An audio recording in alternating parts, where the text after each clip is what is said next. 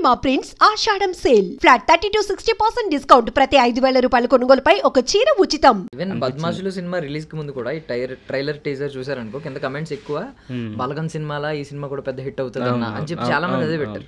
బలగం cinema ఒక emotional వేలో వెళ్తే ఇది ఎమోషనల్ మెసేజ్ తో పాటు ఫన్ అన్నమాట. ఒక పల్లెటూరు వాతావరణం ఉండట్టు అని కూడా వచ్చింది. సో అలా తర్వాత రాముల అయిపోయింది. మళ్ళీ కీడాకోలలో నాకు మళ్ళీ పిలిచి మళ్ళీ సత్య అనే క్యారెక్టర్ మళ్ళీ ఇచ్చారనమాట. సో ఇప్పుడు ఆయన హీరోగా చేస్తున్న మలయాళం సినిమా రీమేక్లో కూడా మంచి క్యారెక్టర్ ఇచ్చారు. అలా షూటింగ్ అయిపోయింది. అలా తరుణ్ భాస్కర్ గారు నాకు ప్రతి సినిమాలో ఈ నగరానికి ఏమైనా ఇచ్చారు, రాములాలో ఇచ్చారు, కీడాకోల ఇచ్చారు, ఆయన హీరో చేసిన దాంట్లో ఇచ్చారు. ఇప్పుడు ENE2 కూడా మోస్ట్లీ నేను చేస్తున్నా అనుకుంటున్నా. బట్ ఇంకా క్లారిటీ మేబీ నా తెలిసి చేస్తా. కనీసం నేను అందులో అట్లీస్ట్ నేను ఒక చిన్న క్యారెక్టరో లేకపోతే అట్లీస్ట్ నేను ఆ సినిమా సెంటిమెంట్ కాబట్టి ఖచ్చితంగా నేను ఆ సినిమా నేను చేస్తా.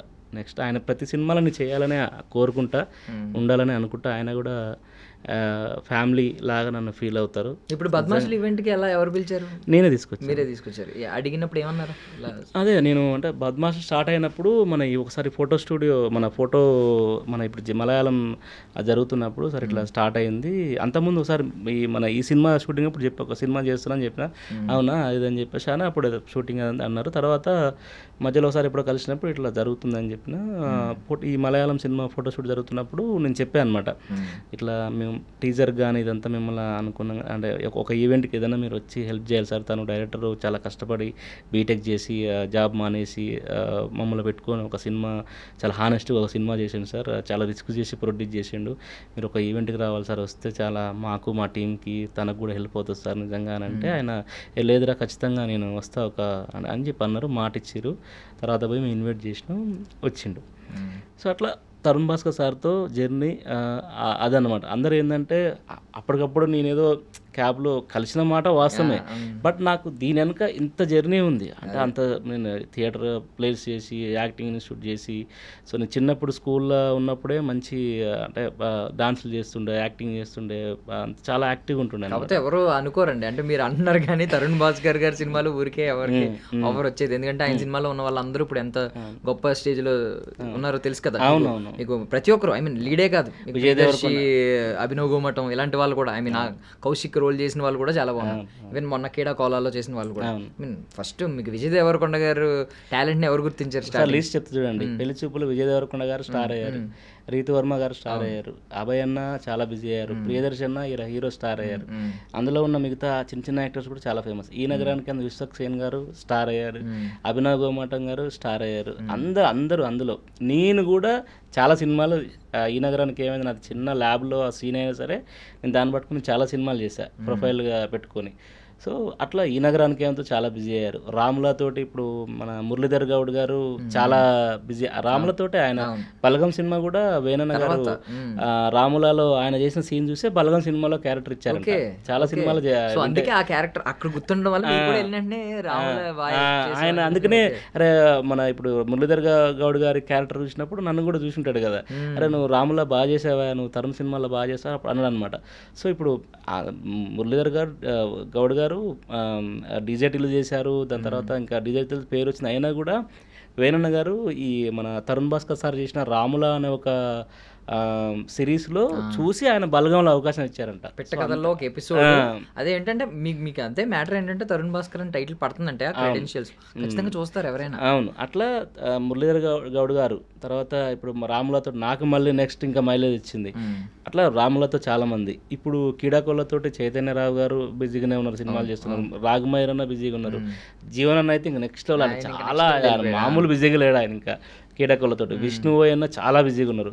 మీరు చూడండి ఆయన చేసిన పెళ్లి చూపులు, రాముల, ఈ నగరానికి ఏమైంది, కీడాకోల 4 సినిమాల యాక్టర్స్ అందరు కూడా చాలా చాలా చాలా బిజీగా ఉన్నారు. అండ్ చాలా respect. Tarun Bhaskar sir casting అంటే చాలా రెస్పెక్ట్ అనమాట. ఆయన సినిమాలో ఏదో క్యాస్టింగ్లో ఏదో మ్యాజిక్ ఉంటుంది, ఏదో న్యాచురల్గా బాగుంటుంది. చాలా పొటెన్షియల్ ఉంటాయి ఆ క్యారెక్టర్లో, చాలా బాగుంటుందని అందరు నమ్ముతారు, బిలీవ్ చేస్తారు అన్నమాట. యాక్చువల్లీ తరుణ్ భాస్కర్ గారి గురించి పర్సనల్గా ఒక క్వశ్చన్ ఏంటంటే, ఇప్పుడు ఆయన పైకి ఆయన ఫన్ జనరేట్ చేస్తూ ఉంటాడు, చాలా నవ్వుతూ మాట్లాడతారు. ఈవెన్ ఆ బ్యాక్ స్టోరీ చేశారు కదా, నా సావు నేను సస్తాను నేను నీకెందుకు అనే డైలాగ్ రాయడానికి ముందు ఎంత పెయిన్ ఉందో, అది ఇంకా అసలు అది ఘోరంగా వెళ్తుంది రీల్. అది నాకు నిజంగా సార్ మాట్లాడుతుంటే బ్యాక్ సైడ్ నాకు నిజంగా చెప్పాలంటే కళ్ళమ్మటి నీళ్ళే వచ్చినాయి అనమాట. అంటే అరే మనకందరూ తెలియదు అంటే పెళ్లి చూపులు అనే కథ రాసేటప్పుడు ఇంత పెయిన్ఫుల్ జర్నీ ఉందా. ఇప్పుడు అందరూ ఏంటంటే సినిమా వచ్చింది, బయటకు వచ్చింది, హిట్ అయింది, ఇదే చూస్తారు. కానీ ఆ సినిమా ప్రాసెస్ నాకు సారు ఆ జర్నీ ఆ స్టేజ్ మీద చెప్తుంటే అయితే నిజంగా నాకు అసలు ఎట్లా అంటే చాలా ఎమోషనల్ అయిపోయినా నేను. ఎందుకంటే అప్పటికే ఆయన చూసిన ఎమోషనల్ అవుతున్నా, నాకు ఆయన కథ చెప్పేసరికి అది ఇంకా చాలా ఎమోషనల్ అయిపోయినా. ఇప్పుడు ఇంకా ఆ రీల్స్లో అవంతా అది చాలా వైరల్ అవుతుంది అనమాట. అది నిజంగా తరుణ్ భాస్కర్ సార్ నాకు నిజంగా చెప్పాలంటే ఆయన గురువు, దైవం. నాకు నిజంగా ఆయన నాకు దేవుడే అనమాట. ఎందుకనంటే మీరు చూస్తే నా డీపీలో ఆయన ఫోటో ఉంటుంది, నా స్క్రీన్ గార్డ్లో ఆయన ఫోటో ఉంటుంది, మా ఇంట్లో కూడా అమ్మగారు సార్ ఉన్న ఒక ఫోటో ఉంటుంది. గీతా భాస్కర్ గారు మీకు క్లోజేనా?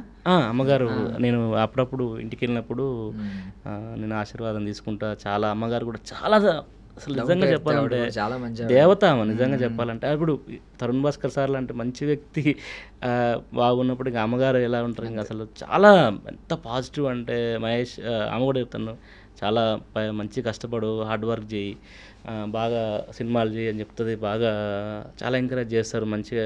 ఒకసారి బర్త్డేకి వెళ్ళినప్పుడు అక్కడే లంచ్ చేసి చాలాసేపు మాట్లాడినా. చాలా చాలా చాలా మంచి మనుషులు, బంగారం నిజంగా చెప్పాలంటే. కాకపోతే అంటే ఒకటి ఏంటంటేనండి, ఆయన చాలా లైటర్ నోట్లో చూడడానికి ఏదో ఫన్ జనరేట్ చేస్తాడో అనిపిస్తుంది, కానీ ఒక డీప్ ఫిలాసఫీ ఆయనలో ఒక ఫిలాసఫర్ ఉంటాడు. 100% చాలా మంచి ఫిలాసఫీ. ఈవెన్ మీకు ఫస్ట్ సినిమా పెళ్లి చూపుల్లో అమ్మాయిని ఎలా ట్రీట్ చేయాలి, అమ్మాయి భావజాలాలు ఎలా ఉంటాయి, అమ్మాయి ఇన్నర్ సైడ్ అమ్మాయి ఎలా ఉంటుంది, ఒక స్ట్రాంగ్ ఉమెన్ ఎలా ఉంటుంది అనేది చాలా బాగా చెప్పారు.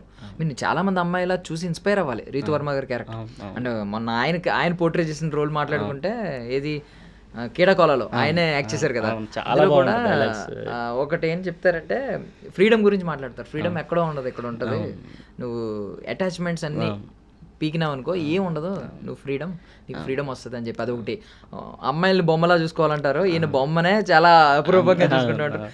తెలియకుండానే ఒక ఫెమినిస్ట్ ఉంటాడు ఈయనలో. అంటే మహిళలకి చాలా గౌరవం ఇవ్వడం, మహిళల్ని అర్థం చేసుకోవడం, వాళ్ళకు ఒక మహిళలే పురుషులకి ప్రపంచం అన్నట్టు పోర్ట్రే చేయడం, ఇలాంటివన్నీ చెప్తూ ఉంటాడు ఫ్రీడమ్ గురించి. ఈవెన్ మీరు ఒక ఫిలాసఫర్గా ఆయన నుంచి అబ్జర్వ్ చేసింది ఏమన్నా చెప్పండి.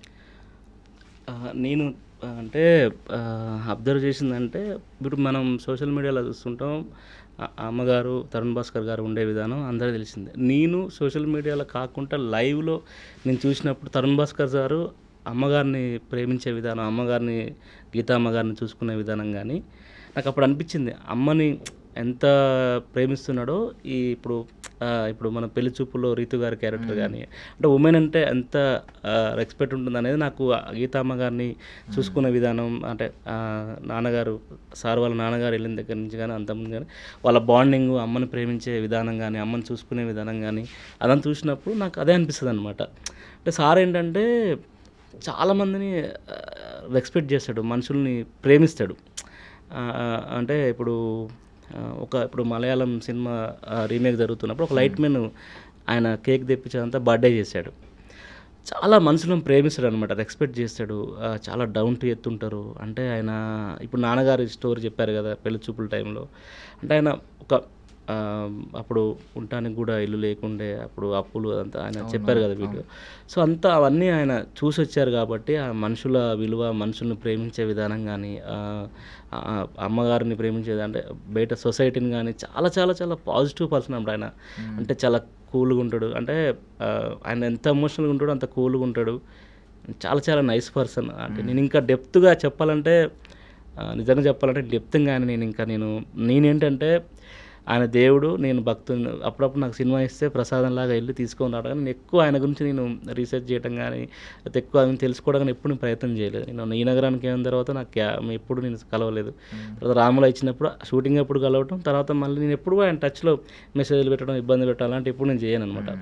సో అలా తర్వాత క్రీడాకోల్ అప్పుడు కూడా మంచి అవకాశం ఇచ్చాడు, తీసుకున్నాను, మంచి పేరు వచ్చింది నాకు. తర్వాత మళ్ళీ ఇప్పుడు హీరో ఇప్పుడు ఈ సినిమా గురించి మాట్లాడుకుంటే ఇప్పుడు వచ్చే సినిమా రాబోయే సినిమా ఆయన ఇప్పటివరకు రీమేక్లు ఎప్పుడు టచ్ చేయలేదు, ఓన్ కంటెంటే ఉంటుంది. రీమేక్ ఎందుకు తీశారు? బట్ అది మేము విన్నది ఏంటంటే జై జై హే ఆ సినిమాని రీమేక్ చేస్తున్నారని చెప్పి మలయాళం. అది ఈవెన్ తెలుగులో కూడా హాట్‌స్టార్లో అవైలబుల్ ఉంది, చాలా మంది చూసే ఉండొచ్చు.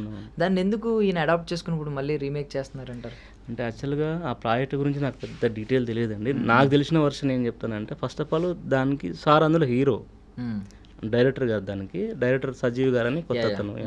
సో హీరో కాబట్టి ఇప్పుడు ఆల్మోస్ట్ ఇప్పుడు ఆ కథ వచ్చినప్పుడు వాళ్ళు రీమేక్ ఏదైనా మనకు అవసరం లేదు కదా. నాకు తెలిసి సార్ అది చేసి ఉంటారు. కాకపోతే నేనేమనుకుంటున్నా అంటే, ఆ సినిమా చాలామంది అనుకుంటున్న విషయం ఏంటంటే, ఇప్పుడు లైక్ ఇప్పుడు అదొక అమెజాన్లో ఎక్కడో ఉంది. అది ఇప్పుడు మా సపోజ్ మా నల్గొండ డిస్ట్రిక్ట్ మాది, అక్కడ ఈ జై జై జై అనే సినిమా ఎవరికి తెలియదు. ఇప్పుడు ఆంధ్రాలో చాలామందికి జై జై జై సినిమా ఎవరికి తెలియదు.